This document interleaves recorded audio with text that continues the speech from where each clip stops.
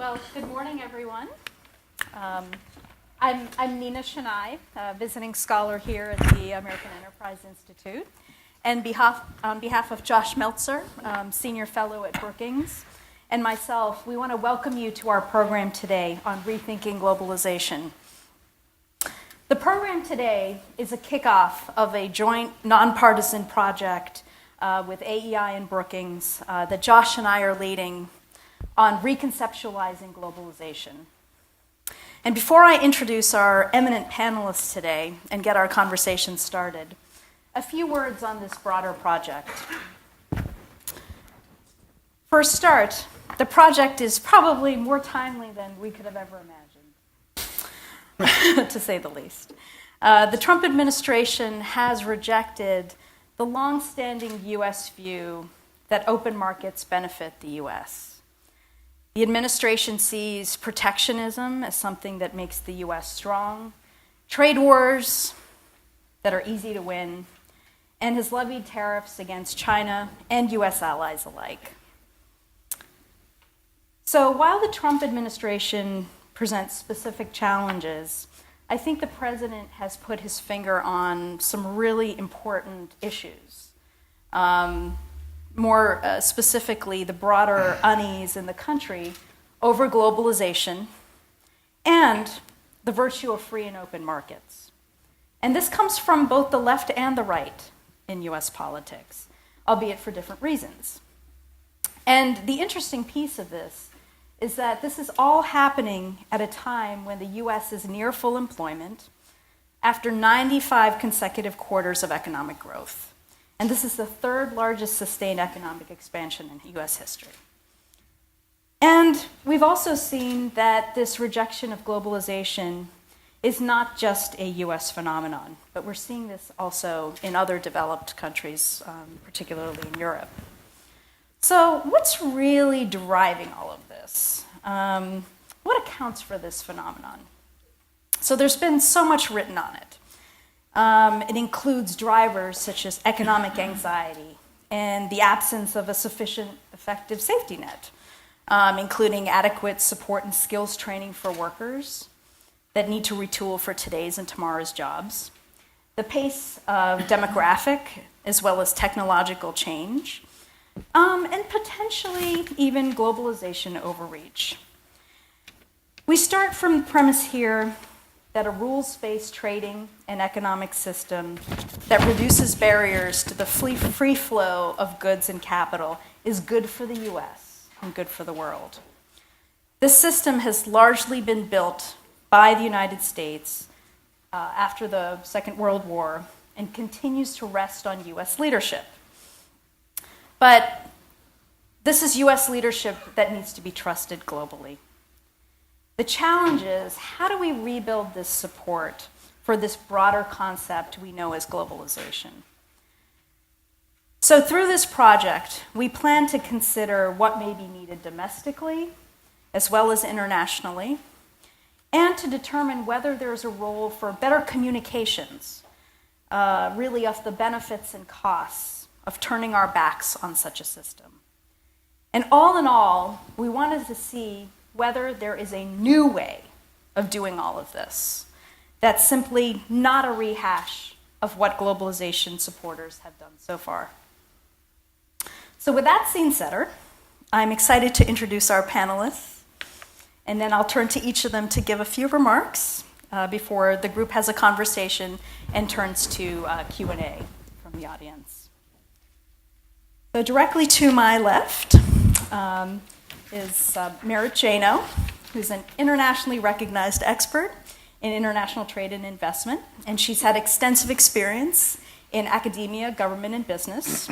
For the past 22 years, she's been a professor at SIPA and Columbia Law School, and in 2013 became the dean of Columbia's School of International Public Affairs School, SIPA.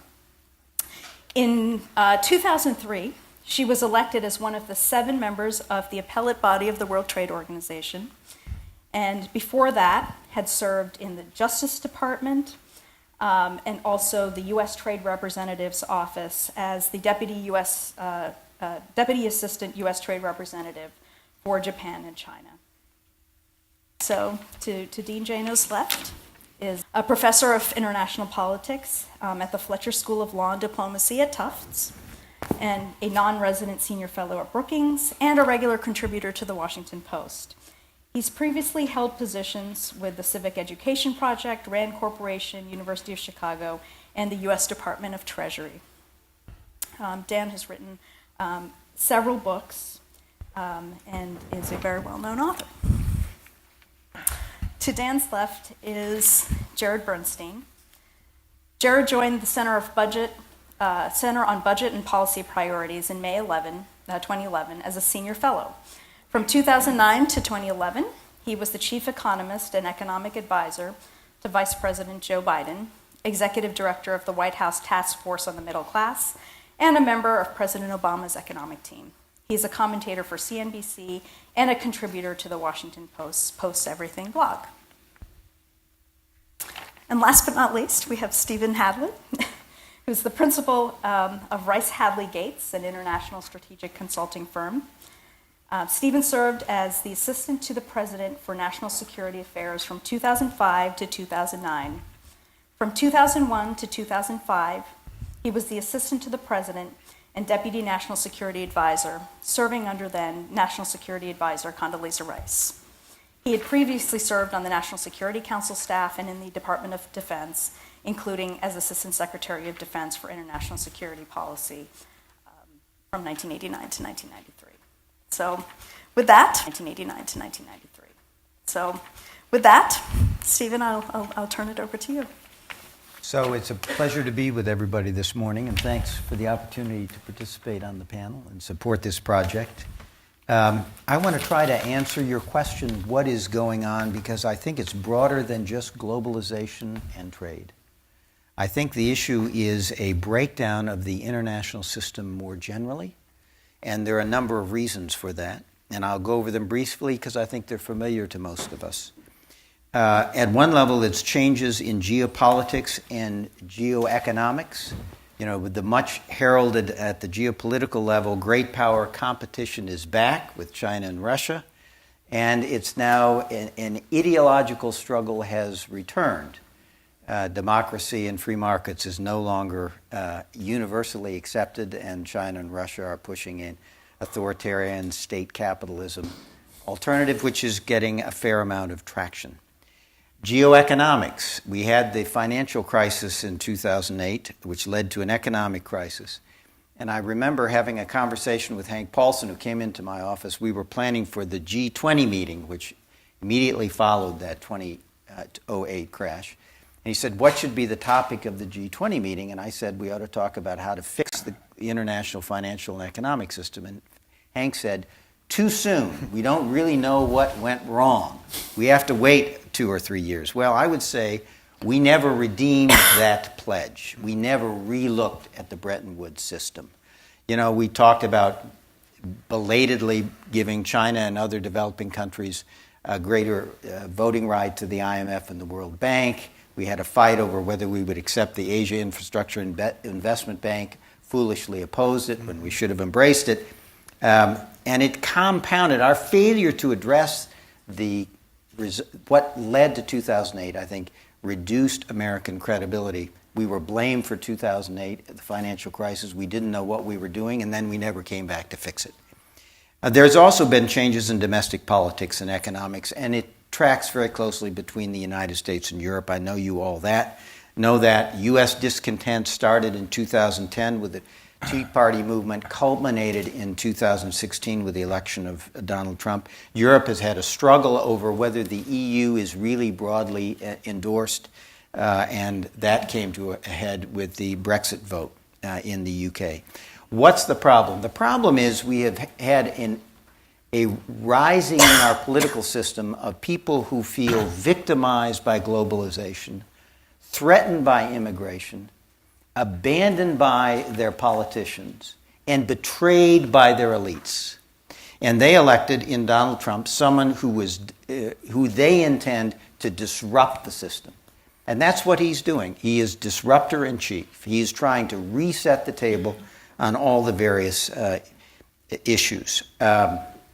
And this reflects a non-inclusive economic growth, a lot of people left behind, economic performance, which in the 10 years since 2008 didn't really achieve our objectives. I always thought why there wasn't more discontent in Europe as they were stuck in a sort of slow growth, no growth environment. And our political systems, both in the United States and Europe for different reasons, were totally unable to address these issues. And in our case, highly politicized and quite dysfunctional. And that led to a loss of confidence in democracy, both at home and, I would say, a tarnishing of the image of democratic governance and free markets abroad. So, and I would say, for a lot of us in this room, the elites did not see this coming. And we didn't see it in the United States or in Europe. I was on a Brookings study called Order from Chaos, where we were talking about how to make the case for the international order. And, you know, before the Trump election, everybody said well, the international order is fine. People just don't understand it. It's a communication problem. And after the Trump election, it was very interesting as the panel started to think, actually, you know, there are problems with the international system. It hasn't responded to changes at both the geopolitical level, geoeconomic level, and domestically within our countries. A lot of elites now think what they're seeing is an assault on the international system. They rise to its defense. Bob Kagan wrote, as Bob does, a wonderful piece where he talked about how it has been in America's interest to take more of a defense burden and in trade and economic issues to encourage the recovery of and development of other countries. And within reason, he says, the American people should support it. But the message of Donald Trump's election is that a lot of American people think it's no longer within reason. And there needs to be a rebalancing. So what do? We've got to revise and adapt and revitalize the international system. We can't just go out and say, it's fine, you just don't understand. That won't cut it. I don't think you can do it as a whole with some great international conference. I think you need to do it at pieces. And I'm going to give you 4 examples quickly. One, I've already mentioned, we need to relook at the Bretton Woods institutions and see how they can be adapted to reflect a very different international trade and economic order. And really take the lessons from 2008 and change the system. And I think actually AEI and Brookings could lead that kind of effort, and I hope you would consider it. Secondly, we do have a problem in trade with China. And whether it was President Trump or President Clinton, it was going to have to be addressed. An increasingly restrictive Chinese market to American investment and trade. At the same time, China was entering our market and gobbling up companies that were in high-tech areas is not sustainable politically. It's going to have to be addressed. The question is, there are smart ways to address it and dumb ways to address it. And that is a subject that needs to be addressed. Let's accept that the trade issues have to be addressed. The question is, what's the smart way to do it? Again, another thing that I think these 2 institutions are well positioned to do it. I'll briefly touch on defense, which I know is outside the scope. But we need a rebalancing in Europe. The European nations need to do more, not so we can do less, but because Russia is doing more, and the challenge is greater. And if we're going to meet that challenge, the Europeans need to not just increase defense spending, they need to increase defense capability that is tailored to providing deterrence and security in a changed security situation in Europe. And we're going to have to do the same in Northeast Asia. Whether there is a denuclearization agreement with North Korea or not a denuclearization agreement with North Korea, it is going to change the security requirements and the security posture in Asia. We need to get after that now. Finally, we need to help construct an international system where an international system does not now exist. There are emerging technologies, cyber, you all know them, artificial intelligence, machine learning, autonomy, nanotechnology, quantum computing, bioengineering. In a lot of these areas, there are not rules and standards and certifications and transparency regimes, and we need them in place. for all kinds of reasons. I'll give you my favorite example, biotechnology. My worry is that somebody in Western China is developing some kind of bug that will be tomorrow's pandemic, and we have no visibility on that. This is a project, people would say for governments, I'd say it's a project for the private sector, because the private sector understands these technologies in a way government will not. And I think government will get there too late and probably do it wrong. So what we really need is to broker a conversation in these technology areas about companies that are in it, not just American companies, about what should be the rules of the law, of the road. Consult with governments, of course. Again, AEI and Brookings are the kind of institutions that could broker these kinds of conversations. And finally, the thing that's probably beyond the scope is we got to fix our politics. We've got to fix our politics. We've got to convince our American citizens once again that democracy is the best political form and that free markets are the best economic form. We need to fix the problems at home so we can refurbish, quite frankly, our brand abroad and get into this ideological struggle where from which is really going on, I think is very important for the future. Anyway, that would be my work plan for this project. Thank you very much. Thank you very much, Stephen. Jared? Well, thank you. And Stephen's comments really tee up mine nicely, I think, as his were very overarching. Mine are going to be more focused narrowly on globalization and particularly the economics therein. I have 5 points I want to make, 5 points on ways in which I believe we've misdiagnosed globalization and why this extremely important and timely project from Josh and Nina is, I think, so valuable right now. So the first 3 examples I'm going to trot forth are ways in which I think the kind of elites that Steve described have gotten things wrong. The 4th is where I think the protectionists get things wrong. And the 5th is, I think, what we should do about it. So let me jump right in. So back in 1992, I got here, fresh from graduate school. That's 1992, not 1892, just in case you're thinking I'm older than that. I jumped right into the trade debate because I was working at the Economic Policy Institute, and we got into the NAFTA argument. And my first point, which was really underscored in that experience, was that the denial of any downsides from globalization is completely antithetical to the trade theory that I had just learned in grad school. And I was surprised when I got here to see the debate wouldn't really acknowledge that when rich countries like ours trade with increased trade liberalization with poorer countries, our production workers get put into competition with production workers who are paid much less, and the theory is unequivocal that that's going to hurt them. And the evidence, I would argue, was also unequivocal that people and places were being hurt by thrown into this trade competition. And it was alarming and surprising to me that elite voices argued that no, the benefits of trade are so pervasive that nobody loses. There is no coherent trade theory that makes that case. So that's point 1. Point 2, there's a very coherent trade theory that makes the case, and it's one I subscribe to, that the benefits of globalization are such, and not just to us, but to emerging countries as well, are such that the winners can compensate the losers and still come out ahead. That's true. Trade is very much pro-growth in a macroeconomic sense. However, the idea that the winners can compensate the losers doesn't mean that they will compensate the losers. And the problem that we've had in our politics, and I like where Steve ended, we just have to fix the politics. I couldn't agree more. Heavy lift. But the problem with our politics in this space has been not only that the winners have failed to compensate the losers, the winners have taken their winnings, and here I'm referencing the just really very, very significant increases in, say, wealth inequality.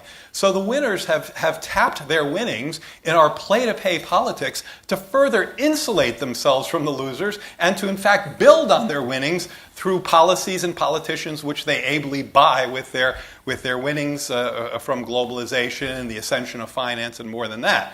So part one, we should expect people to get hurt. We should expect a group of, I will agree with you that it is call it the working class, the non-college educated, whatever you like. In fact, about 2/3 of our labor force is non-college educated, so we're not talking about a trivial group. But part one, people get hurt in the wealthy country when it trades with the poor country. That's very consistent with trade theory and empirics. Part two, the winners don't compensate the losers here in America, more so in more social democracies. Part three, those are part three.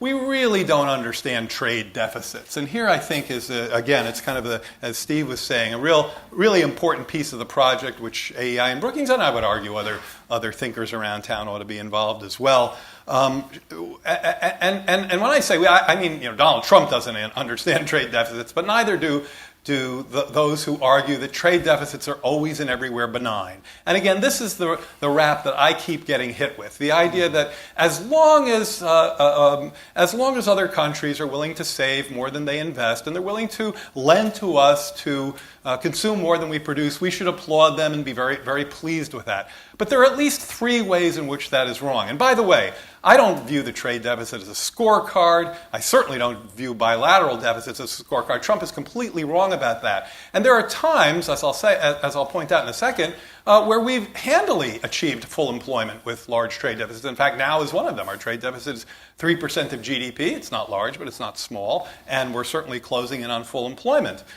So it can't be the fact that trade deficits are always terrible in the Trumpian sense, but neither is it the fact that they're always benign. And there are three ways in which trade deficits are damaging. The first is, unless there is some other element within the GDP accounting identity to offset the drag on growth, and trade deficits, of course, can be a drag on growth in periods where a demand is otherwise challenged. And if you kind of look into the secular stagnation literature, you'll see connections there between trade deficits and secular stagnation, which not only Larry Summers has made, but very centrist thinkers like Ben Bernanke have raised these issues as well.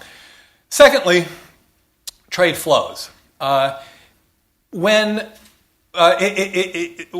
capital flows into our country, leading to basically when other countries essentially export their excess savings to us, so they have surpluses, we have deficits. When other countries export their excess savings to us, those can be used to invest in productive things, or they can be used to invest in bubbles and all kinds of distortionary credit schemes. And in fact, one of the problems we've had with excessive trade flows is that they have, in fact, led to a climate of investment in credit bubbles in various cases. So again, Ben Bernanke wrote about this in 2005. He wrote a paper called The Global Savings Glut, wherein he worried that capital flows were inflating the housing market in a way that looked a little bit problematic. He didn't think at the time it was going to blow up on us, so he wasn't right about that. But he certainly identified a real problem, and he continues to write about this more lately from the perspective of Germany, that has an 8% trade surplus, and global trade has to balance. So when someone has a surplus of that magnitude, someone else has to have a deficit. So unwanted capital flows can also be problematic, and they can put upward pressure on the dollar, which again distorts our trade outcomes. Finally, even at full employment, the composition of the trade deficit, it doesn't necessarily affect the quantity of jobs. If we're at full employment, by definition it doesn't. But it certainly can affect the composition. And again, there we've lost value-added jobs, and the best example of that is academic research about the China shock. That's very well known, I suspect, to folks in this room, where import penetration from China led to the loss of a million manufacturing jobs, another million outside of manufacturing, et cetera. You know that story. So that's part three. Now, and the first three parts of my argument, I think, have been really kind of going at the elites who I was arguing with back in 1992, that trade and trade deficits really does have downsides, and we better be honest about that. Part three, though, is this notion, I think, among the more protectionist side of the argument, certainly this is a Trump thing, that we can somehow unscramble the omelet of globalization. and that that broad scope tariffs will somehow have positive outcomes. I'm convinced that they won't, for the simple reason that globalization is now so embedded in our economy and our production. Trump apparently was motivated by for the tariffs, and now he, particularly if he goes after autos, he said, I was in New York City and I saw a lot of German cars on the street. Well, may have been true, but in fact, the largest BMW plant in the world is in South Carolina. Okay, Volvo is a Chinese company headquartered in Sweden with a very spanking new factory also in South Carolina. According to U.S. statistics, the car on the road with the most domestic content is the Honda Odyssey. And I say domestic in quotes because the way the U.S. collects the statistics is they combine U.S. and Canada together because we're so integrated. And if you don't believe that, talk to someone in the UAW who will tell you about their brothers and sisters in Canada. So unscrambling that omelet the way Trump is going about it will fail. So my final point is, so what do we do about all this? And here I have, it sounds super complicated, and I thought, I came away from Steve's very interesting and perceptive, I thought, kind of the architecture of the thing, feeling, boy, that's really challenging what you've laid out. And I think, what I've laid out is challenging too, but I actually think the solutions, at least putting aside the politics, are fairly simple and coherent, and I have 4 of them. First, and this has to do with the capital flows part, there are countries that manage their currencies and manage their consumption and investment accounts such that they depress investment and consumption, increase savings, export their savings to us, and the impact on the dollar is damaging. So the first thing I would do would be to take aim at currency manipulators. And I can talk about how and as we get into our discussion perhaps. The second thing I would do, and this is probably pretty controversial here and maybe even in this panel, is I would actually try to help our manufacturers. And I can say more about that in the discussion. I want to get to the other panelists quickly. But I know that when I was in the Obama administration, Biden and I liked this idea, and even our friends were like, well, we don't pick winners. And my argument is that, have you looked at the tax code lately? We pick winners all the time. We just do it pretty boneheadedly with the criterion being who has the best lobbyist. So I would help our manufacturers, and I have some good concrete ways to do so. And then finally, and then I would, and this is implication of my first comment about who gets hurt from the downside, I would directly help people hurt by trade. I've got lots of ideas on how to do this, but the one I'm most excited about lately, because it's kind of surfacing in democratic politics, is direct job creation. So that's one important way to directly help those hurt by trade. And then finally, when we sit down and negotiate our trade agreements, I would really like to see a different group of people at the table. I'm completely on board for rules of the road and the importance of trade deals. But the fact that they've been largely handshakes between investors and have left out consumers, environment, labor causes, I think has been extremely detrimental, as has been many of the protectionist elements that I see creeping into these trade agreements around patents and IP. So that's my little solution set, and I'm happy to go into details later. So thank you very much. Thank you very much, Jared. Dan? Well, thanks to Nina and to Josh for setting up what looks like a really great idea, and I'm very happy to see the end of it. And I'm going to apologize at the outset because as an academic here, I'm going to do the thing that academics naturally do, which is question the entire premise of the panel, which is to say that there's a standard narrative that we have now about how the public feels about globalization, and the narrative goes along the lines of, elites fell in love with globalization back in the 70s and 80s. They thought this is wonderful. We need to liberalize trade. We need to liberalize capital flows. There's a nice, clean economic theory about this in terms of the law of comparative advantage and so forth. And it's a win-win arrangement, as Jared said, that the nice thing about trade liberalization is that it can theoretically make everyone better off without making anyone worse off, assuming you compensate the losers. And by the way, as it turns out, the elites in particular in the United States benefit tremendously from that sort of move towards globalization. So it was sort of thought of as a great deal. And then the counter-narrative to that, of course, is that the masses in both the United States and the rest of the developed world felt a bit differently, that free trade hurts the working man, that there's a hollowing out of our manufacturing base, that the Rust Belt had keenly felt the effects of inward competition. Capital is moving overseas when we want it to be investing in our own country. And hey, by the way, there's a lot of immigrants coming into our country now, and they look and talk differently than the ones that we're used to in the past, or the ones that my parents or grandparents talked about. And that also generated some sort of resentments. And then, over the last 20 years or so, the U.S. economy in particular, but the developed world, has basically faced 4 shocks that we're now coping with. The first shock, which Jared mentioned, is the China shock, which was we had liberalized trade before that, but even with NAFTA, it wasn't with an economy that was potentially the size of the United States or that large of sort of a labor pool. And so the China shock was an order of magnitude different than anyone else. And so as a result, the downsides of globalization, and here again, I agree with Jared, there are downsides, suddenly became manifestly apparent, to the point where I think even free trade economists acknowledged that they had oversold the benefits of trade liberalization.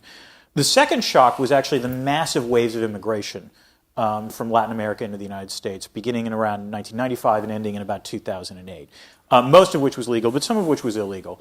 And again, this was the kind of thing where we're now at the situation where I think America has the largest percentage of foreign-born citizens now in the United States, in no small part because of that effect. And again, that had to certain societal effects. Certain towns and places suddenly that previously didn't have immigrants had them, and that caused a reaction. The third shock, which we don't talk about as much, but it's actually, I think, one of the underlying causes of all this, is what Larry Summers calls secular stagnation, but it's the productivity slowdown. That despite the fact that we've had these sort of technological marvels that we've seen, over the last 20 years, productivity growth has slowed to a crawl. And, in the long run, productivity isn't the only thing, but it's kind of the most important thing. And so the narratives that we would tell about globalization leading to increases in economic growth and leading to increases in welfare didn't come to pass in no small part because the economy didn't seem to make that much in the way of productivity gains, which mean wages didn't necessarily increase that much and growth didn't go up that much. And then the last crisis, of course, was the 2008 financial crisis. And so that ostensibly explains the sort of populist surge, which is, finally, voters everywhere in the developed world said, we've had enough of this. You elites, you've lectured to us on the benefits of free trade, on capital mobility, on immigration. All of what you said are lies. We can't trust you anymore. Screw experts. We're going to vote for the guy who talks like us. What I want to point out is that there are significant elements of the last part of that narrative that are badly wrong, which is to say the notion that somehow there's this populist groundswell rejecting globalization. As someone who looks at public opinion polls, that ain't so. And in fact, the weird thing is the opposite has actually been the case. It's first worth pointing out that some of the shocks that I talked about are more than a decade old. The China shock really essentially was a one-shot thing that ended circa 2006, 2007. I don't want to minimize it, but in some ways it's already more than a decade old, as is the immigration shock. For all the, hue and cry about illegal immigration right now, if you take a look at the sort of larger statistics, both illegal immigration and legal immigration slowed down dramatically after the 2008 financial crisis, because shockingly, immigrants didn't want to come here if there weren't that many jobs. And so, people talk about it like it's still 2006, and it's not. But more importantly, the public has not turned against globalization. In fact, if anything, if you take a look at the Gallup polls or Pew or the Chicago Council on Global Affairs, all of them show the exact same thing. The public has actually embraced globalization more in the last decade. If you take a look at and survey, Gallup surveys people asking them, how do you feel about trade? The two highest points in terms of public support for trade are 2016 and 2017, in which more than 70% of Americans say we think trade on the whole, despite the cost, is a good thing. Similarly, if you talk about attitudes about immigration, the number of Americans in Chicago Council of Global Affairs polls or in Pew polls that rate immigration as a serious threat to the United States are far lower now than they were in the mid-1990s. So, in fact, that doesn't necessarily jibe with it. And indeed, the public is definitely not on board with the sort of manifestation of this populist revolt, ostensibly, which are Trump's policies. If you poll Americans about whether or not they want to see a wall built on the southern border, the last poll I've seen said 63% opposition. If you frame the poll in a particular way, you might get a bare majority in favor of it. But Of the last polls I've seen in this year, of the 10 of them, 9 of them show majorities in opposition to building a wall. If you ask Americans about the tariffs that have been imposed, you have majority opposition to tariffs, which is not something that, again, the narrative was that the elites wanted globalization, but that the masses resented it. 50% in a Quinnipiac poll said, no, we think these tariffs are a bad idea. 73% said trade wars are a really, really bad idea that will not do well for the economy. And the most striking one I actually think, and this connects with what both Steve and Jared said, is that CNN asked Americans, what's more important, maintaining good relationships with allies or imposing tariffs to, get a better trade deal? By 63% to 25%, Americans said the alliances are more important. And this actually reflects, I think, a general attitude about how Americans feel about trade. Americans are perfectly fine trading with allies, and they don't even mind necessarily if they're running a trade deficit with allies. They do resent trade with China if that leads to a trade deficit, and so that's where I agree with Jared. But on the whole, if they're asked to rank order what's more important, preserving a liberal international order or somehow imposing tariffs to get a slightly better trade balance, they prefer the liberal international order, and it's not close. There is no populist groundswell in that sense. The two sort of exceptions to this are, first, if you do poll Americans, they are wary about illegal immigration, and that's not surprising, and they want it dealt with. They don't necessarily want it dealt with by separating families or building a wall, but they do want a solution to that. And the second way in which it's different, and this is the one sort of political success that Donald Trump has achieved, is that he has converted a fair amount of the GOP base to his view on trade. And indeed, that's, by the way, I would argue why he won the nomination, which is in a campaign in which you had 17 candidates running, and 16 of them say things that GOP elites like, and one of them says something that about a third of the GOP base likes, guess what? He's the guy who's going to win the nomination. And as president for the last 2 years, more and more of the GOP base has backed him up. But the majority of the country does not. So weirdly, we are now essentially in a reverse of the situation that people said we were in 20 years ago. 20 years ago, it was that the elites were all in favor of the globalization, but that was causing these massive resentments in the body politic. Now it's actually the reverse. We have an administration that seems dead set on implementing all these so-called populist policies, and it turns out they're not popular at all. In fact, most of the public resents the hell out of these policies, and they don't want to see them implemented. So is there actually a globalization backlash? Is there a resentment against globalization? Kind of, sort of, but it's an odd thing. I think if you look at the polling, part of the problem is that the anti-globalization folks, or the people who don't like it, care a lot more about this than the people who are generally in favor of free trade.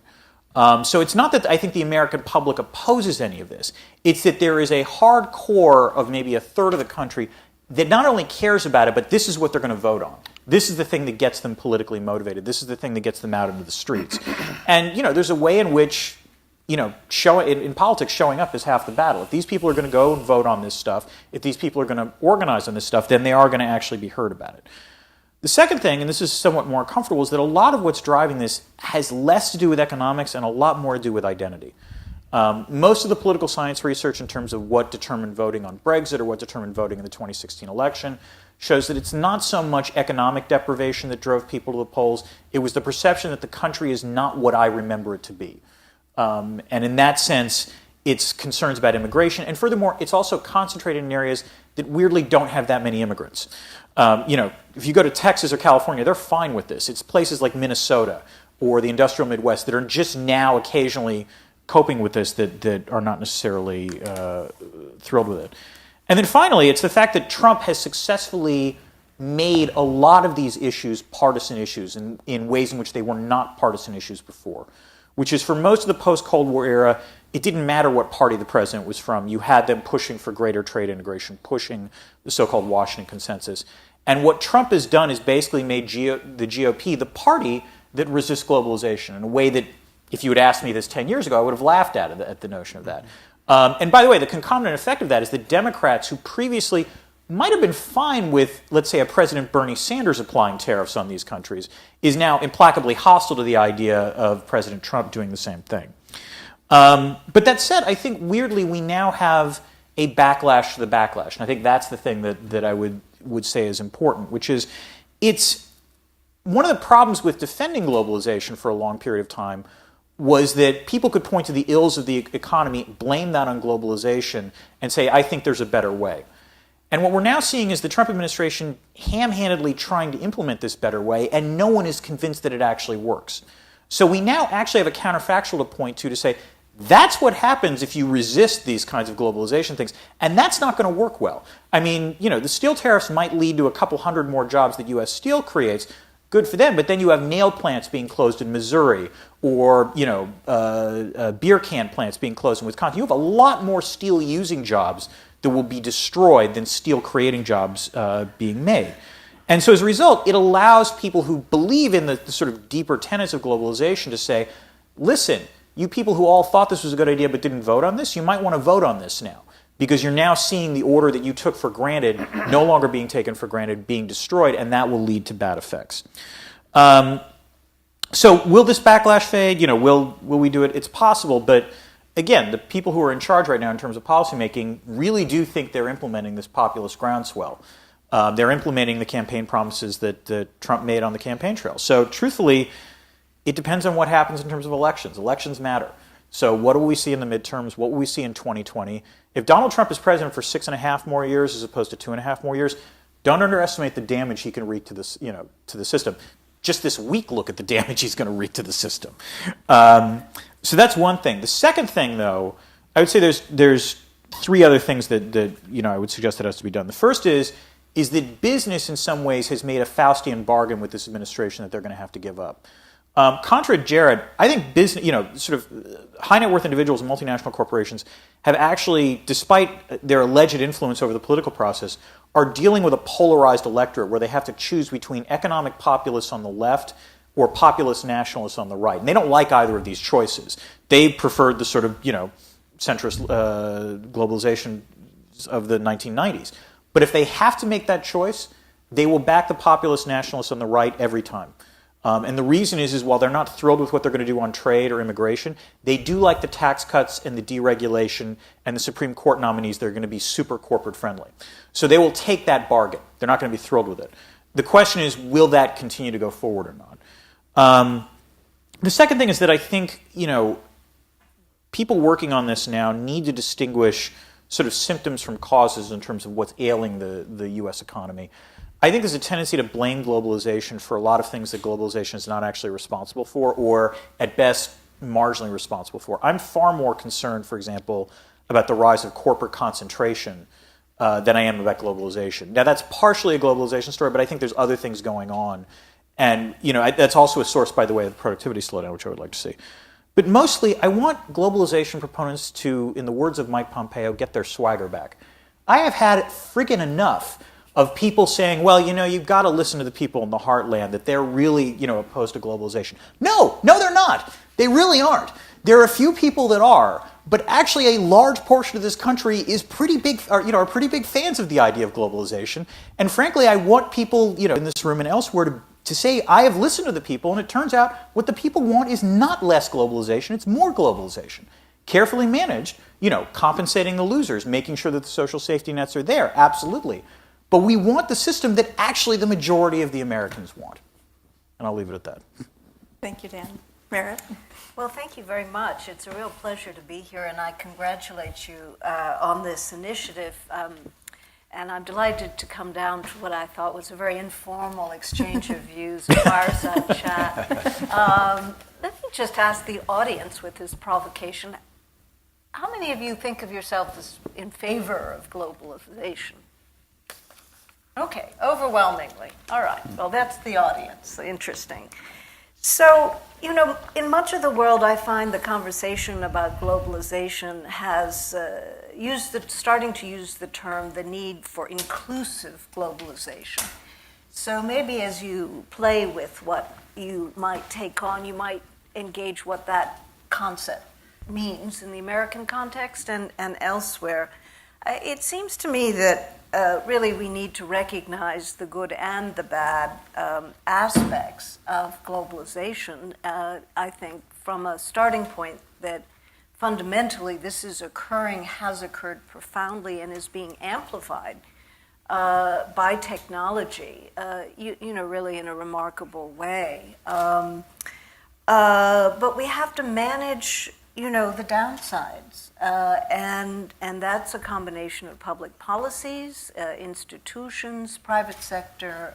Really, all of these features have to be brought together. And I think neither globalization glorified nor vilified. I mean, we just have to look at these features. Yesterday in New York, I was talking to the UN.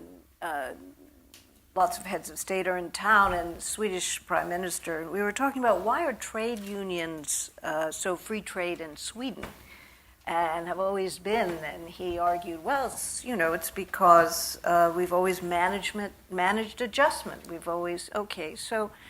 I don't think we'll achieve that here, where trade unions will be, the vanguards of free trade. But I do think we have to focus on managing the pain and de-link it from trade.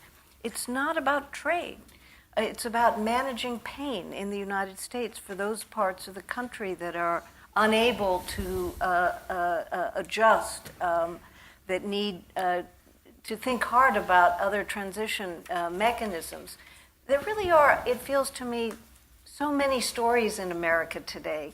Extraordinary things are happening in this country. Great innovations are occurring. Cities and states are revitalizing all over the place. But there's also, a tremendous need for reskilling. So if we think about adjusting and enhancing and engaging globalization, I think we have to think about the good and the bad, and we have to think about the arsenal of tools available in the United States, and that's education, it's reskilling, it's R&D related things. So I would say trade is part of that basket, but it's been overweighted in the discussion. Now, analytically, it's very important, I think, for scholars and analysts to de-link the costs of globalization that are linked to trade and those that are more linked to technology. But in designing remedies, I think we also have to bear in mind that we have to find remedies that affect broadly.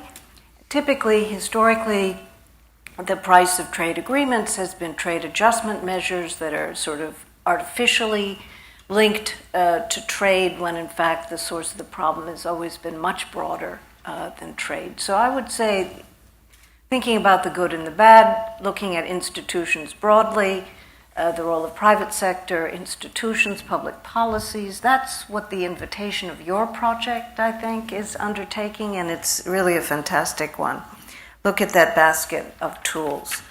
A second observation is, I think you have to look again at what gave birth to multilateralism, both the value and the necessity.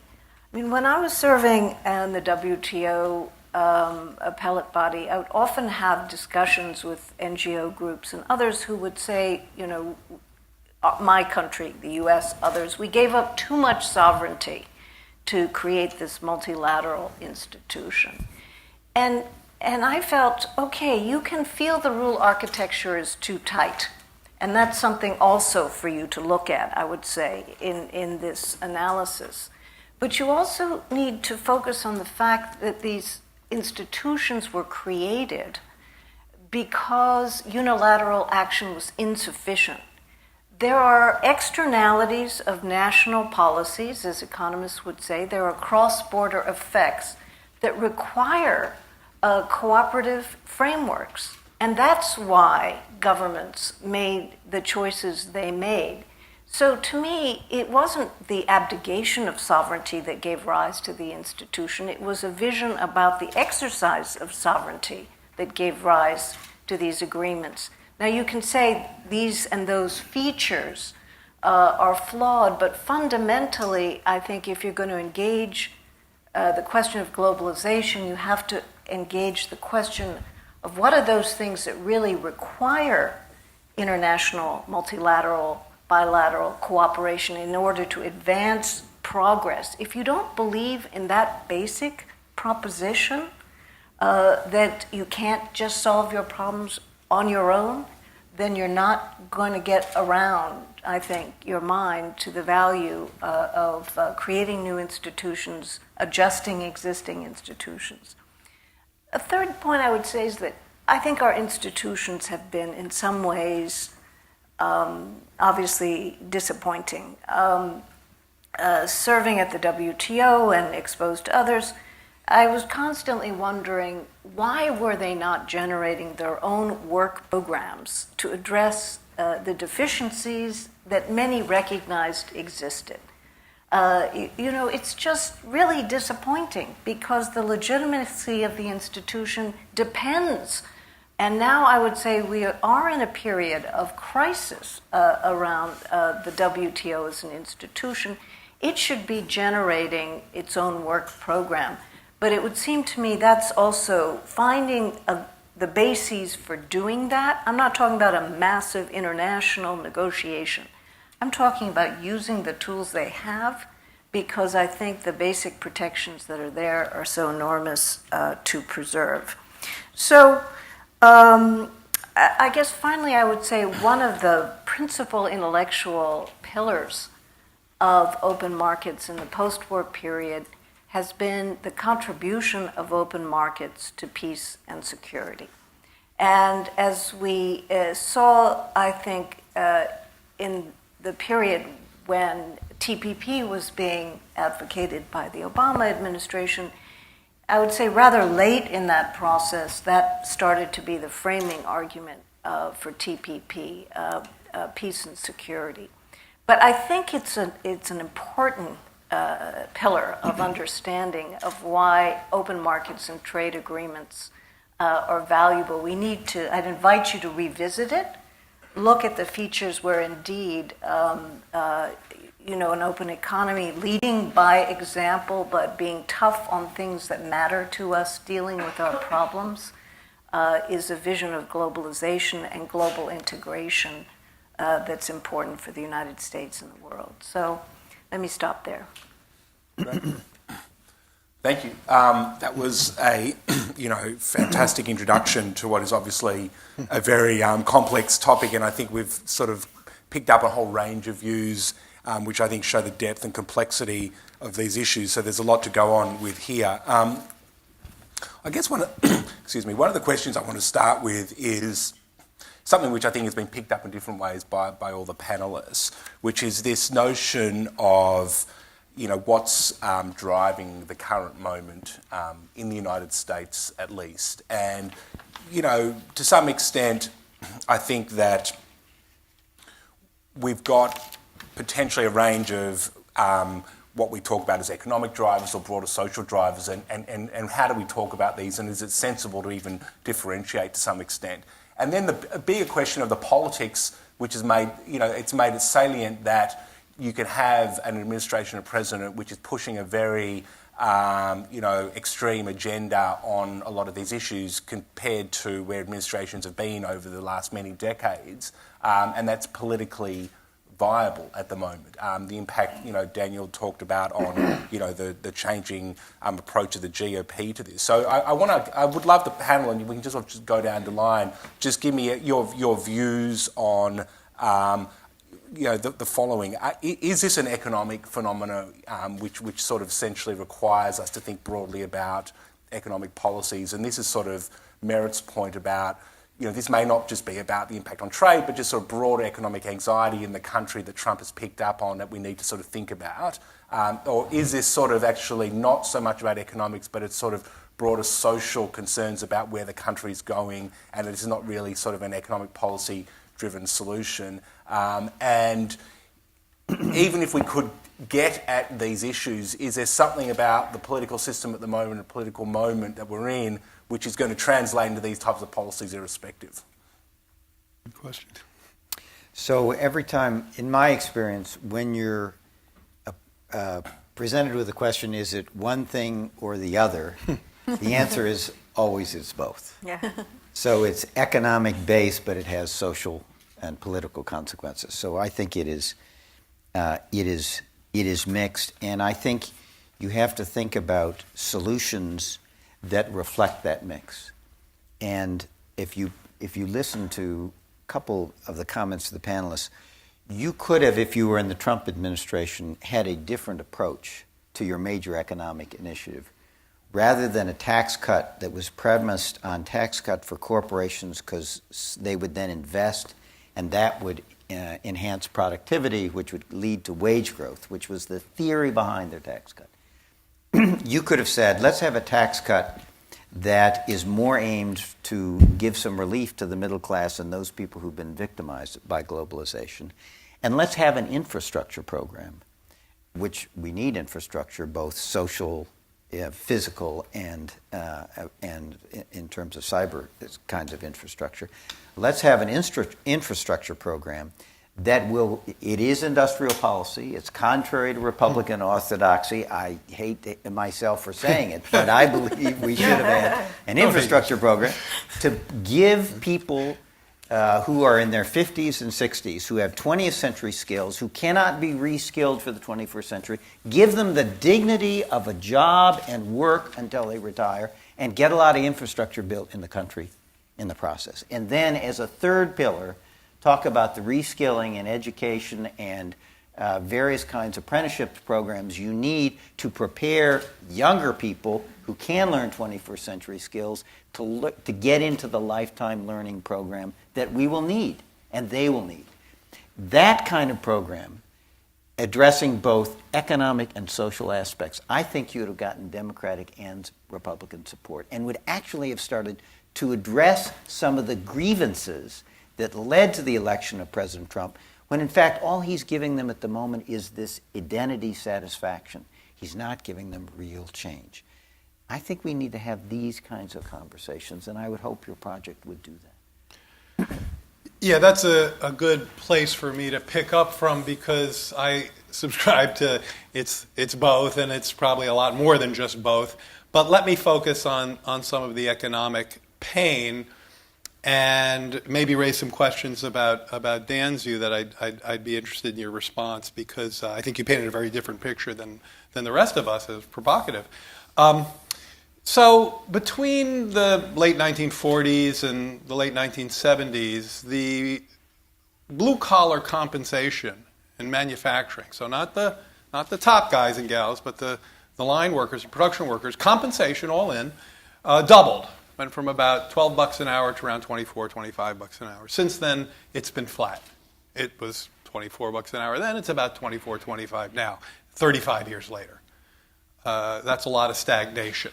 In that earlier period, the trade deficit was 0 on average. In the later period, the trade deficit was negative, about 3% on average. Now, that stagnation is not a function of the trade deficit by a long shot, as my comments hopefully earlier suggested.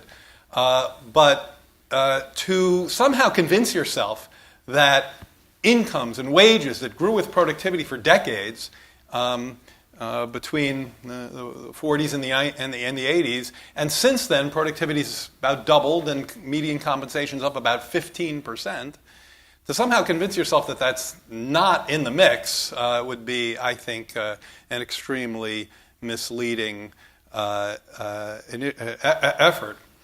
And so I do think that the discontent about where the economy has left people very much lodges in people's minds around globalization. And so that's why the poll results that you quoted are confusing to me. And I don't doubt your numbers, although I think that I would be cautious probably in building a regime based on poll results that I think are changeable. And I guess I'd leave you with this. Here's a challenge to you. So suppose you and I got politicians sometimes make the mistake of asking me for advice, and usually it just happens once. Joe Biden said I couldn't be elected dog catcher, and I'm sure he's right. But suppose we got invited in to talk to a politician who's running for office. And I advised him or her, let's say her, I advised her to worry about the downsides of trade, worry about people's concerns around globalization. And by the way, this politician could be here, she could be in Italy, she could be in Poland, she could be in Turkey, she could be in Hungary. And I advised her to run on a platform of globalization, immigration, trade liberalization. It's a net plus, but it's hurt you, and elect me and I'll do stuff about it. And you advised her, cheerlead for globalization. Chances are she'd listen to me. And I'm not saying she should, but is the political market that wrong? So to answer your question immediately, no, I don't think the political market is that wrong, because as I said, I think part of what's going on here is that even though the polling, and by the way, I don't think this is a blip, this has been going on for 10 years, during a period which I would add, you should have seen the public's turn against globalization. If there was any moment in which the global public should have rejected globalization, it was the 2008 financial crisis. Because all the things you said about the ways in which elites got things wrong, those were all true. Right. It was entirely justified then if the public had turned against them. What's interesting is that they didn't. In fact, if anything, they doubled down. And so I actually think it's hubristic of us to say, well, I don't care what the polling says. I've heard the people, and I'm going to, listen to them. The way you hear the people is in no small part by listening to the polling and by reading through the polling. What I do think is going on, though, as I said before, is that the people who are hostile to globalization do feel much more strongly about it. In terms of salience, it's a much more important issue for them than it is necessarily for the pro-globalization folks. Although, again, this is where Trump might actually be changing the equation. It might be that Trump, by actually changing the rules in such a way to making it deglobalization, causes people who had previously taken all of this for granted to now realize, oh my God, wait, this actually all could be torn asunder. This actually does affect how I'm going to vote about it. To get to the larger question in terms of what needs to be done, I think one of the ironies of the sort of pre-2008 system is that I do think it was largely, the sort of narrative might have been correct, which was elites were in favor of globalization. It was causing significant resentment across the mass public. This led to institutions that were more democratically representative, like let's say Congress, to be much more skeptical about these kinds of things. And so one of the things that happened over the last 20 years or so is that you saw the shaping of the foreign economic policy agenda in such a way to essentially endow the executive branch with ever more amounts of authority as opposed to Congress, with the idea of, well, the president is the grown-up in the room. The president, when elected, has to represent the broad, country, whereas members of Congress are just representing their narrow interests. So we should endow the president with the possibility to pursue the national economic interest and sort of undercut Congress. And whoops, we're now in a situation where you've given all of this authority to a giant man baby that doesn't understand this, for lack of a better way of putting it. And so I think the way to think about this is you need, post-2018 or potentially post-2020, I think you need to think about how do we rewrite the sort of balance of power between the different branches of government. Because remember, the Constitution initially gave the power to set tariffs to Congress. Congress then willingly abdicated that because they didn't want the responsibility. And one of the fascinating things over the last couple of years has been watching Congress trying to figure out to what extent do we need to exercise control over this. And they'll do it through non-binding resolutions, but not necessarily through anything more substantive. Yeah. I will be intrigued to see going forward, are there ways in which Congress could constructively start taking a role that the Constitution gives them, by the way, but do so in such a way that doesn't lead to more, dissonance, but rather actually, constraining what the president can do. Well, let me just add a couple of footnotes, because I think I very much agree what Stephen Hadley said. I think the way we deal with the challenges of this country is by domestic action, and infrastructure would have been and still is a crucial instrument, but now we don't have a budget for it. So how are we going to actually be able to do it is really an important question. It will require, I think, state and local solutions. It will require private sector involvement in new ways. I don't think it's going to, we just don't have the budget for it. So I think that you could add that to your work program also in thinking. Because I don't think you develop positive views towards globalization with a strong economy, but we know that it's a kind of condition that is a necessary one to increase the odds of, I think, a more a sense that engagement with the world, has positive consequences. Now, the downside is also informative. So I think that these trade tariffs are beginning to have and will have pretty dispersed consequences that will bring globalization to life in a different way than academic discourse, which has not resonated. I think economists, have really failed in talking about all of my friends on this panel. I put myself in there as well, my entire faculty. But I just think we're not resonating with the American people sufficiently. And I think as the facts of globalization reveal itself, it will show how intertwined we are with the world. Half of Chinese exports are actually foreign invested companies. I mean, the stories are very complex to start dealing with. On your point, Dan, I would just say, as a lawyer, the constitutional right to regulate trade resides with the Congress. It has only been delegated, and it has been delegated selectively. Congress has that authority. It can pull some of it back, but it gave that authority because the executive branch was thought, to be more cosmopolitan in its perspective and able to think in the national interest.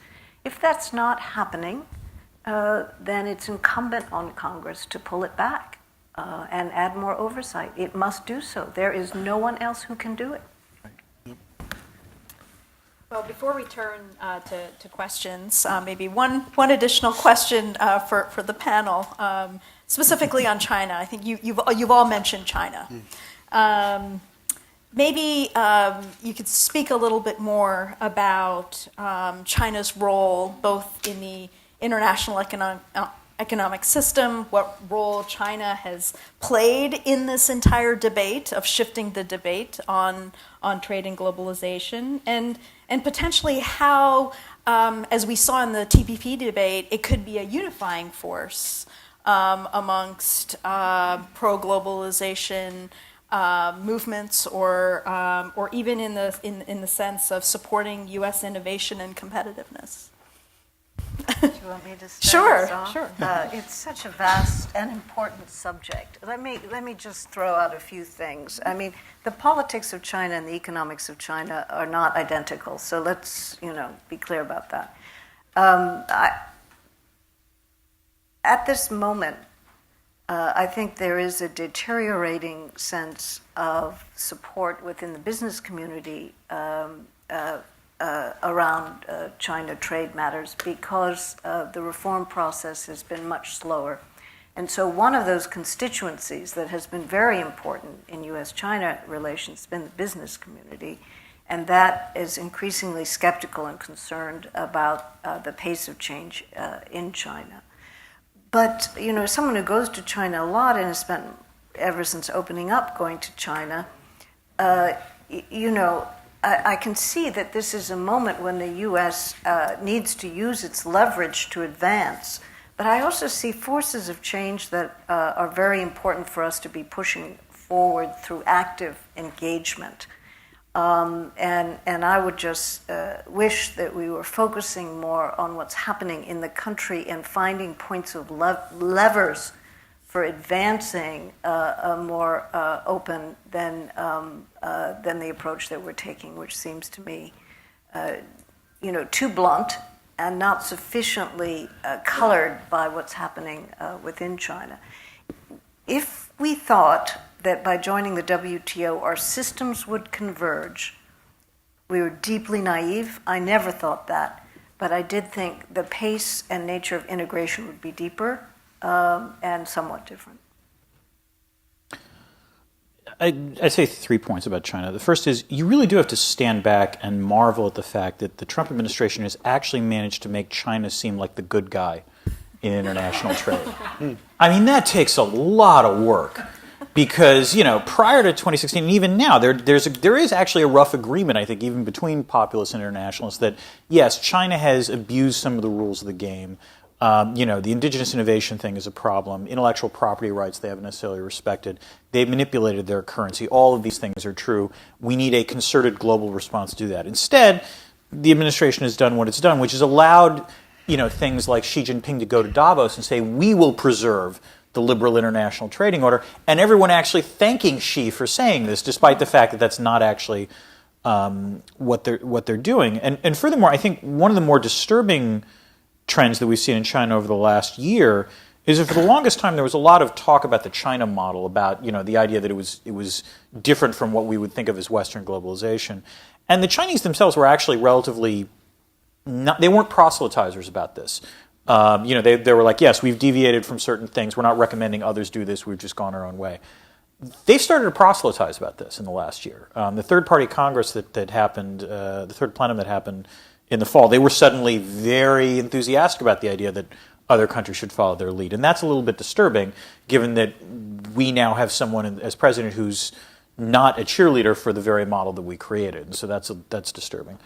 But the third point I would make, and this goes back to something that Merritt pointed out, if there's ever a story for the ways in which interdependence have significant security benefits, I would actually argue it's the Sino-American trading relationship, because in some ways this is the biggest dog that is not barked over the last 20 years, which is the fact that you have a rising China challenging the United States in the Pacific Rim, and a war hasn't broken out. Because historically, that's normally how this plays out. Now, there's a variety of reasons why it hasn't played that out this time, not only due to globalization, but I would argue globalization, or the sort of deep economic relationship between the two countries, is one reason why it hasn't. And that needs to be mentioned every once in a while. I tend to think that we're really worrying about the wrong things when it comes to China. I completely sign off to much of what's been said, and we should do whatever we can to push back on the technology transfer problem. Certainly, I've argued for pushing back on currency management or financial repression and the exporting savings and importing our labor demand.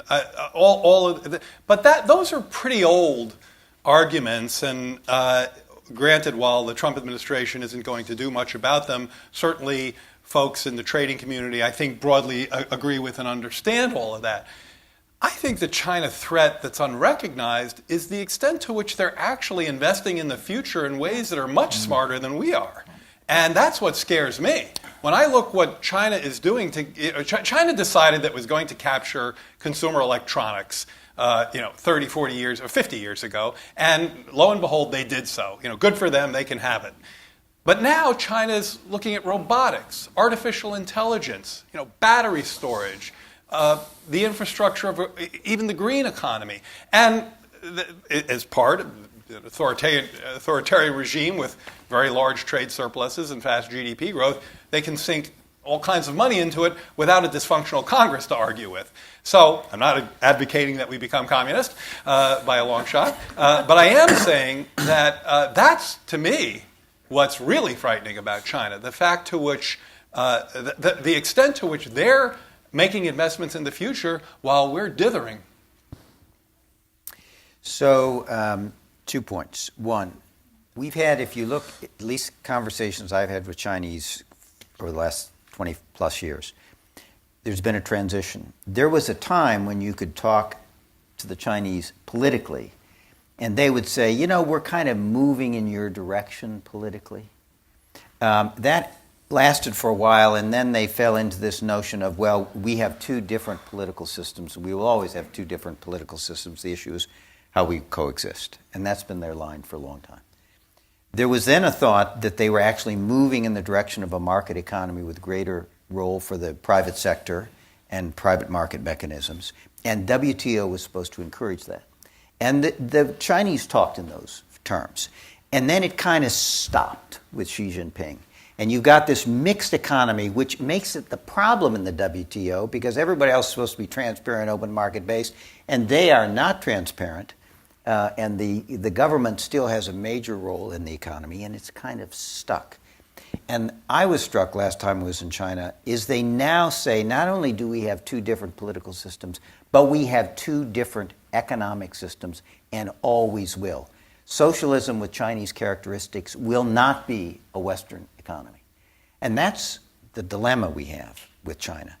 I think it's going to play out, and I think the problem is the one you recognize. There are three issues trades with China. One is the trade balance. That's easy to fix. China will buy more, and they've already offered that. Second is lack of reciprocity in terms of openness, which is the problem the American business community has. They're being shut out of the China market while China still has access to ours. The risk is that'll get resolved by everybody closing their markets rather than everybody opening up. I think there's a chance that will come right because Liu He, who's Xi's economic person, actually wants to do more reform and opening up, and that's what we need actually to get more Western access to the economy. I think that one can be solved. The one I'm worried about is the one you identified.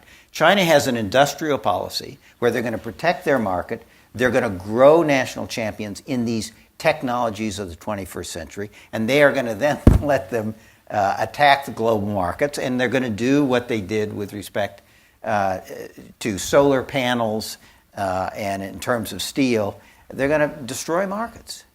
And these are technologies that are not only the future of the economies, but the future of the national security and defense establishments. And I think we're not going to let it happen. We're not going to let it happen. We're going to end up having a counter-industrial policy. And I think we will butt heads about that. And there will be a cost, because in a lot of these technologies, if you talk to the folks in Silicon Valley, our economies are incredibly interdependent. American VCs are invested in Chinese companies and vice versa.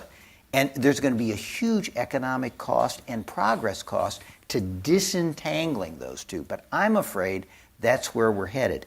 And I don't know how you solve that one. I think that's where the blow-up with China is going to come. That's my view.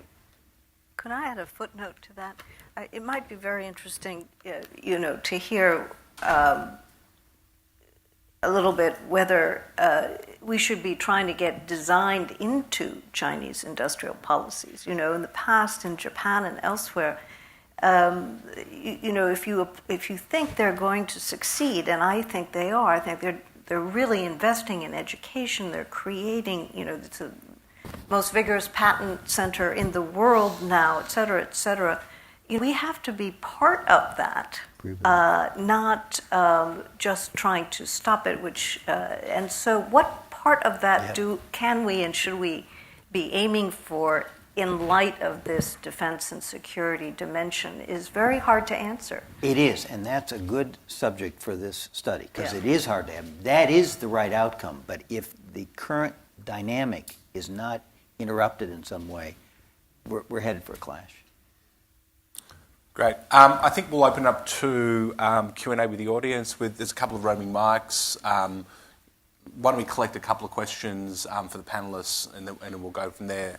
One gentleman here at the front and a lady at the back. Start with those two on this side.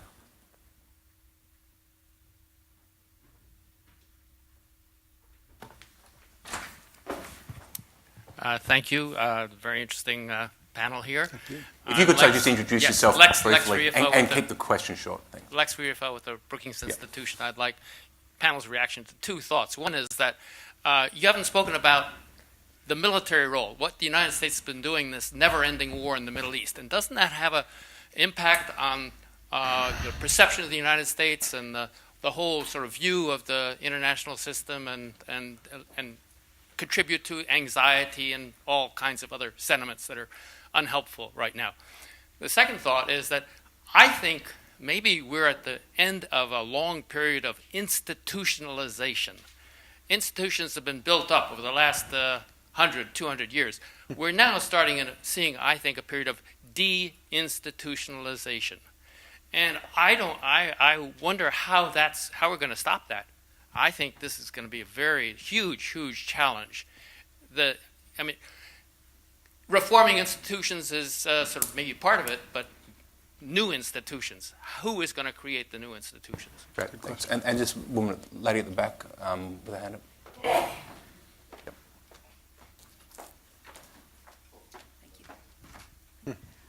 Thank you very much. This is a remarkable program, and thank you guys for putting it together. And all Please introduce yourself. Sorry? Introduce yourself. Oh, sorry. My name is Anita Parlow. I was with the Harvard-MIT Arctic Fisheries Project and then the Woodrow Wilson Center, founding Polar Code program with Russia, Canada, and U.S., and a Fulbright in Iceland, Norway recently. And I just finished an article on distributive justice and offshore natural resources development. So if I may, my question is, I think you guys are spot on in terms of the points you're making. I'm not totally certain that statistically speaking that we actually know what's going on, with all due respect, since Hillary Clinton is not president. But the questions I have is, you've had a wonderful macro discussion, and I'm wondering what the micro discussion, sort of from the ground up, might be, and the language, and several of you have mentioned this point, and the language that we might have nationally, for example, to address some of the concerns that has led to not only Trump and Brexit and Italy and on, where people are breaking the pottery, and I believe for reasons that have to do with their own situations. And globalization is certainly a part of that, where communities have, and cities and villages, et cetera, have diminished because they've been marginalized by the forces of globalization. So in the context of what might we construct to build policy that takes into consideration the interests of, may I say, all of us, including labor unions, which keep diminishing, et cetera. How do we start that conversation and move it into policy and make it, with all due respect, much more a part of the conversation? And when you look at China, I mean, China brought millions of people out of poverty, and full stop. Thank you. Thank you. Does the panel want to get into those questions quickly? I want to respond very quickly to the institutional point. It's not obvious to me that a remaking of some of our institutions is necessarily a bad thing, and in fact, I think it's very much necessary, although I take your point that it can be scary. So the one that comes to mind is Congress. I think that institution is working extremely badly. One could argue that electoral politics is an institution that seems pretty non-representative to me. So while disruption is unsettling, sometimes it's necessary. You know, I actually think that we've focused on macro and micro in a way that I hope was helpful to the audience. I've tried to talk about some of the wage impacts, and Dan's focused on polling, which I think is a fairly micro perspective. I guess, again, getting back to the argument that we were having, I think what my concern is on the micro level is that, I was taught in economics, don't listen to what people say, watch what they do. And so the voting patterns just seem to me to support the idea that we have real upheaval here and real opposition to trade liberalization that, I think is disconcerting and unsettling. I'll throw one comment on institutions. Developing countries have been arguing now for a long time that the Bretton Woods institutions don't fully represent their core interests. So I think if you're going to make those institutions more functional, we're going to have to revisit what the balance of voice is in those institutions. And China is going to want and has made it clear that it needs a bigger voice, or it will create its own institutions. So, and it is doing so, and others are cheerfully joining. AIIB is one small example, but important one, and there are others. So I think we need to take that seriously and be part of this process. So I would say institution building is not stopping, it's just not being led by us, I would say. Stephen? I would agree we've got to reform these institutions at the governmental level, just as you say. Secondly, we have to recognize that one of the things that's happened over the last 30, 40 years is non-governmental organizations, both governments at the state and local level, but also non-government entities, corporations, charitable foundations, universities, have an enormous role, and there is part of the international order are institutional relationships among those institutions. I'll give you the example of ICANN, which runs the name system on the internet, where government oversight through the Department of Commerce has been replaced with a multi-stakeholder model where those people who use the internet and came rise with it actually give the oversight of it, and governments have a distant advisory role. We need to do more than that. Finally, if we're going to fix this country, it's going to be bottom up, not top down. That's how we always fix this country. And if you want something to make you feel good, read, if you didn't see it, Tom Friedman's article about what Lancaster, Pennsylvania has done to chart its own future. Or I'm told there's a book out by Jim Fallows that has the same thing. There's a lot of good happening out in America as American communities fix themselves. That's really what we're not focusing on. That's really how things are going to get fixed in this country, in my view. Dan, did you have something to add? Yeah, a few things. First, on the Middle East thing, I largely don't think it really has much to do with this conversation. The one exception is that you can argue that the wars in the Middle East made it very easy for Trump and for others to say, what do elites know? You know, it basically made it easier to paint the notion of elites constantly screwing up, because you didn't just have to point to the 2008 financial crisis, you could point to the forever wars in the Middle East. And so I think in that sense it did matter. On the sort of bottom-up language in terms of, or bottom-up politics, I agree with everything that's been said. I particularly like Steve's point about the notion that you don't just need international governmental institutions. What you need are international civil society institutions. And you need domestic civil society institutions. Part of the reason, it was a great, if Steve's going to bring up Tom Friedman, I don't always agree with Michael Brendan Dougherty, who writes for the National Review, but he had a great piece about 2 weeks ago, talking about essentially the erosion of social capital in the United States as one of the sources for why you see some elements of the population suddenly feel like economic populism is the answer, but some feeling that some sort of nationalism is the answer. Because essentially, if people feel more and more atomized in their own lives, even if their incomes are going up, if they don't feel like they have a lot of friends, or if they don't feel like they're part of they don't know their neighbors terribly well, that's going to lead to these kinds of political effects. And so in that sense, the idea of building from the bottom up, I think, is a useful and in some ways necessary way of sort of healing the body politic. If people feel okay about their local circumstances, they're going to be less likely to vote for protest candidates at the national stage. Given that we got started just a little bit late, we'll go a few minutes extra if everyone's okay with that, and maybe we can take one more round of questions, and then and maybe I'll ask the panelists in any answer that you give, and perhaps keep it brief, but also if you have any closing remarks, please include them. Yes, we'll pick up a couple on this side, this gentleman here and this lady here.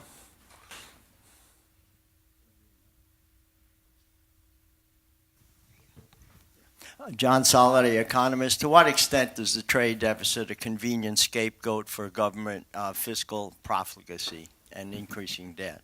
Right, and this woman over here. Thank you.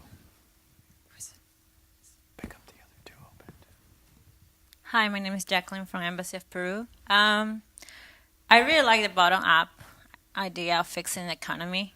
And I really think that democracy is really good. And I like the idea that people need representation. But I think we really need to fix the democracy currently, especially in America. Because first, I feel like the government is not helping citizens to have the opportunity to really vote. Because I have so many friends that tell me they don't get to register in time. First of all, I think it should be mandatory, and there should be a holiday for people to vote. I also think that, and that's in other countries because I'm from other country, and I was also thinking that I'm in my 20s, and I think that if I ever want to see a change in my country, I will have to be 50 to finally give my opinion in politics, so something might change.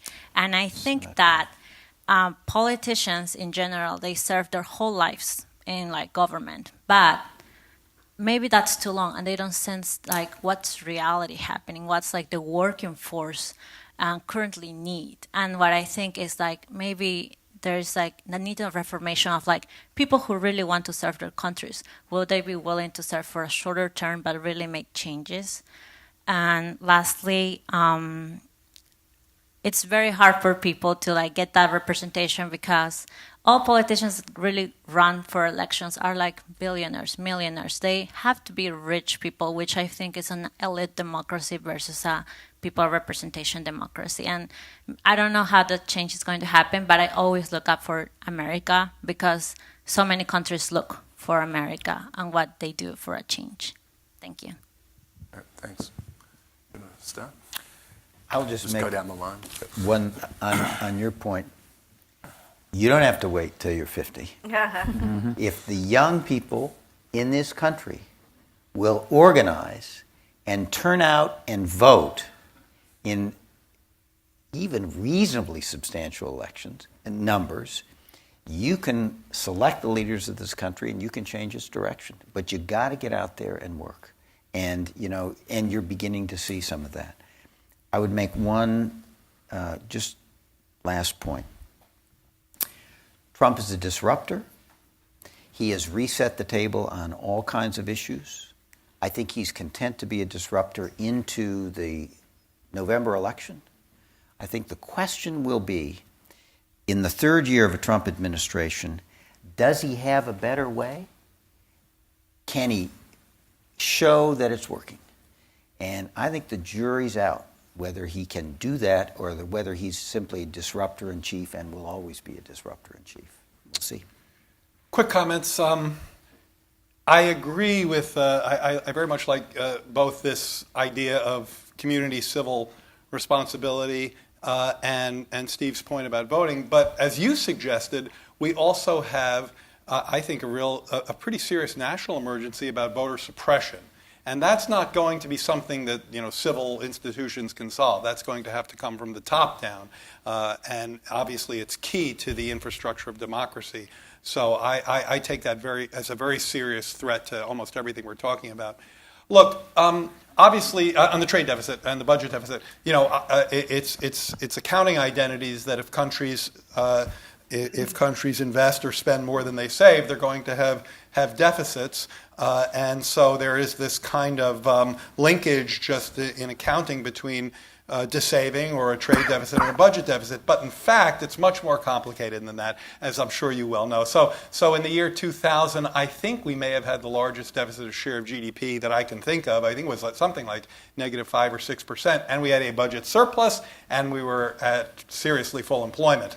So I think those connections are more complicated. And by the way, I think one of the ways in which Trump is going to shoot himself in the foot is that when an economy is closing in on full employment and you do a lot more stimulus, which is what they're doing, we've never done this much stimulus when we're so close to full employment, some of it leaks out in the trade deficit. So he may have bought himself actually a larger trade deficit, and that's going to really piss him off, which will make me happy.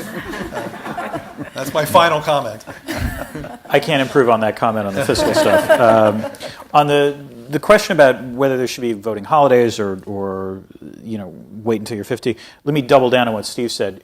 Really, a lot of people argued. I've had this argument with many people who claim that the reason Trump won was that because 20-somethings were disaffected and so they didn't vote. If you actually take a look at how people voted, it was older people that got Trump into office. But it was true that younger people partially contributed to the problem, not by voting for Trump, but by not voting at all.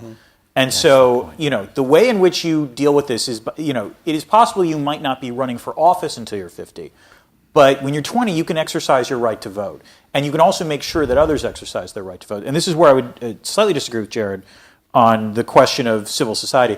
I mean, I remember I read about the 60s, and if memory serves, yes, that eventually got solved with the Voting Rights Act, but there was a lot of civil society activity before that caused that to eventually be implemented. So I do think there are civil society organizations that can make sure that even with unfair voting rules, that people don't lose the franchise, that people can make sure they can vote.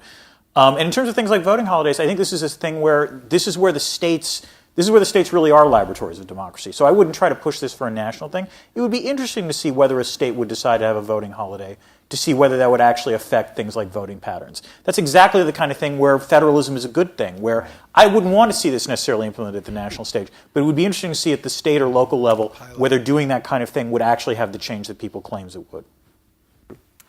Well, let me just say that we've been having a vigorous discussion at Columbia about the extent to which the U.S. fiscal strategy is going to increase the trade deficit, and I think many are of the view that it will, in fact, do so. So, even if you get these, concessions of $100 to $300 billion, the fiscal policy is moving in the opposite direction. We should be worried about that if it influences public policy. I feel like this discussion today is fundamentally economic and political, but it sort of failed to concentrate enough on the exciting and extraordinary entrepreneurial and new economy things occurring in the United States, and where there's a tremendous benefit from the talent that we attract around the world. And so I'd just like to make sure that's part of this conversation and your thinking going forward, including the 350,000 Chinese students that we have in the United States. So when we think about globalization today and the tensions that we have with China and major economies, the extent to which we really are already deeply a global nation, whether we perceive it or don't perceive it or politically value it or don't, I think would be useful to your consideration. Great. How are we going? Time? Done? Yeah, okay. Unfortunately, this is a debate I think we could all stay around and listen to. We've got 4 fantastic panellists, and so I know I've learnt a lot, and I'm sure we all have. I'm not going to try to wrap up what's been a very complex set of presentations and discussions. I think one of the themes which tends to come out sometimes in these debates, which I also think ultimately is what matters most, is the US getting its house in order, both politically and economically. I think it's always the case that US destiny is in US hands, and there's always the hope that the US constantly go through periods of disruption and constantly comes out renewed and revitalised, and we don't know what that will look like at the end of this period, but we're certainly hoping that's where we end up. And in the meantime, I think there's a lot of complex issues that need to be worked through to make sure that that's the outcome. But I want to thank all our panellists here today for their presentations and contributing to a fantastic discussion, and thank you for turning up. Thank you. Yeah.